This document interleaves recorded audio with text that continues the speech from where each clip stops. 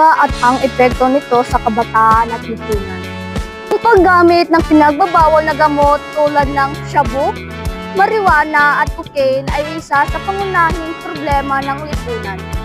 Nang dahil sa impluwensya sa kaibigan o kabataan, kakulangan sa gabay ng pamilya, kuryosidad ay nagiging sanhi ito ng pisikal na epekto o maaaring magdulot ng pagkasira ng utak at puso, mental, emosyonal na epekto o depresyon at pagkabalisa, panlipunang epekto o problema sa pamilya, paaralan at komunidad.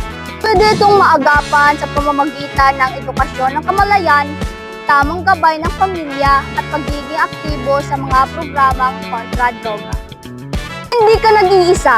Tulong-tulong tayo sa pagbago ng ating landas patungo sa mas mabuti at makabagong bukas. Dahil sa bawat iwas sa droga, may isang buhay na naililigtas.